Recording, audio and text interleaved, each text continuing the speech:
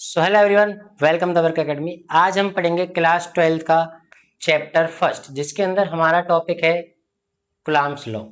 Class 12 के अंदर physics का फर्स्ट चैप्टर है जिसका नाम है इलेक्ट्रिक चार्जेस एंड फील्ड। इसके अंदर जो सबसे इंपॉर्टेंट टॉपिक है उस टॉपिक का नाम है कूलम्ब्स लॉ। क्या है? Coulomb's law. देखिए, कूलम्ब्स लॉ। कूलम्ब्स लॉ क्या कहता है?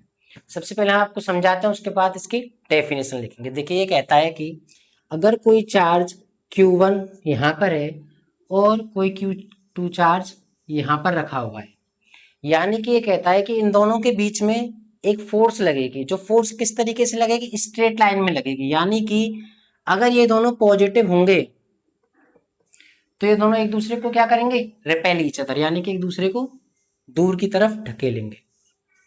ठीक है, इन दोनों के बीच की दूरी सपोज डेट हमने मान ली आर। क्या मान ली? आर। तो कूलम्ब्स लॉ ये कहता है it states that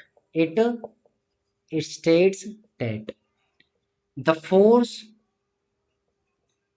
of attraction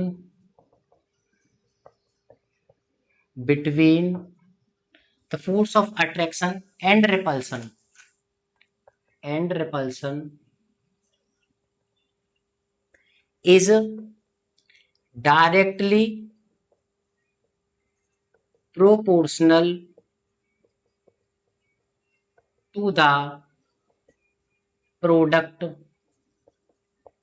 of the charges। यानी कि ये दोनों चार्जेस के प्रोडक्ट पे डिपेंड करता है and inversely proportional to the square of the distance between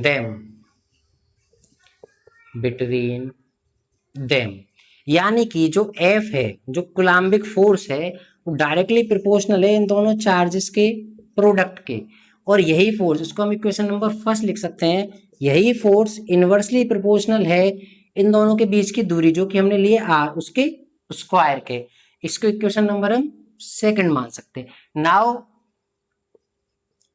combining both the equations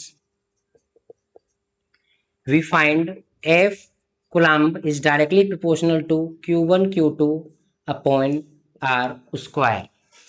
अब यहाँ पर हम डायरेक्टली प्रोपोर्शनल का साइन हटाएंगे तो यहाँ पर एक कांस्टेंट आता है FC बराबर K Q1 Q2 बटे R स्क्वायर। क्या आता है? एक डायरेक्टली प्रोपोर्शनल ये कांस्टेंट आता है, इसको क्या बोलते हैं? इलेक्ट्रोस्टैटिक कांस्टेंट बोलते हैं इसको। ठीक है, अब देखिए यहाँ पे जो K की वैल्यू होती है वो यहाँ पर होती है 9 इंटू 10⁻⁹। अब देखिए इसकी यूनिट कैसे निकाल सकते हैं? फोर्स की यूनिट क्या होती है? न्यूटन। आर क्या है? लेंथ है। लेंथ की यूनिट क्या है? Metre square. ये यहाँ पर मल्टीप्लाई में है, ऊपर चार्ज की यूनिट क्या होती है? कूलम्ब। और दो चार्ज है तो क्या हो जाएगा? कूलम्ब का स्क्वायर। और ये किधर जाएगा? ये यहाँ से मल्टीप्लाई में गया, यहाँ से कहाँ आएगा? डिवाइड में, यानी कि न्यूटन मीटर स्क्वायर पर कूलम्ब स्क्वायर। ठीक है, अच्छा यहाँ पर बात करते हैं जो K है, इसको हम एक और तरीके से लिख सकते हैं, K बराबर 1/4 पाई एप्सिलॉन नॉट। यहाँ पे जो एप्सिलॉन नॉट है ये क्या है? Relative permittivity. क्या है? Relative permittivity. इसकी वैल्यू होती है 8 पॉइंट, मतलब ये परमिटिविटी ऑफ फ्री स्पेस है। क्या है? ये क्या है? Permittivity of free space 8.85 multiply by 10⁻⁻12। अब इसकी यूनिट भी हम देख सकते हैं यहाँ से।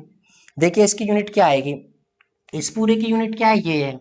हमको इसकी यूनिट चाहिए तो यानी कि ये वाली यूनिट कहाँ आएंगी? यहाँ पर आएंगी। देखिए कैसा आ सकती है इसकी यूनिट?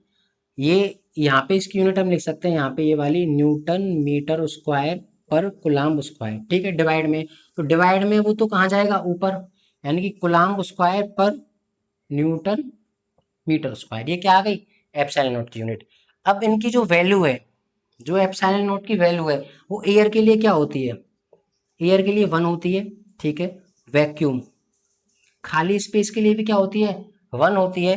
और वाटर के लिए क्या होती है, वाटर के लिए इसकी वैल्यू होती है, कितनी होती है वाटर के लिए इसकी वैल्यू होती है 80। ठीक है, ये आपको लर्न रखना है। इसके बाद हम अगले उसमें पढ़ेंगे, अगले में क्या देखे, छोटा छोटा सा और बचा है, एक टर्म आता है रिलेटिव परमिटिविटी। क्या आता है, रिलेटिव परमिटिविटी। रिलेटिव परमिटिविटी का मतलब हम दो चीजों को क्या कर रहे हैं, कंपेयर कर रहे हैं हम यहाँ पे। जैसे कि ये होती है ई आर बराबर ई एम अपॉन ई नोट, यानी कि अभी तो ये दोनों चार्ज कहाँ पर रखे हैं, एयर में रखे हैं। कहाँ पे रखे हैं, एयर में रखे हैं। जब हम के की वैल्यू ओपन करते हैं तो ये, अगर यदि इन्हीं दो चार्जेस को हम किसी मीडियम में रख दें, जैसे कि वाटर के अंदर रख दें या किसी और मीडियम के अंदर रख दें, तब वहां पर हम फोर्स को कैसे लिखेंगे, एफ बराबर के की वैल्यू हो जाएगी 1/4 पाई एप्सिलॉन एप्सिलॉन नॉट की जगह हो जाएगा एप्सिलॉन एम, क्योंकि मीडियम की परमिटिविटी Q1 Q2 बटे आर स्क्वायर। वहां पर जो ये फोर्स है इसमें लिख देंगे एफ का एफ मीडियम वाली। ठीक है, उम्मीद है आप सभी को ये कूलम्ब्स लॉ समझ आया होगा। अगर आपको वीडियो अच्छी लगी हो तो वीडियो को लाइक करें और चैनल को सब्सक्राइब करना ना भूलें। Thank you.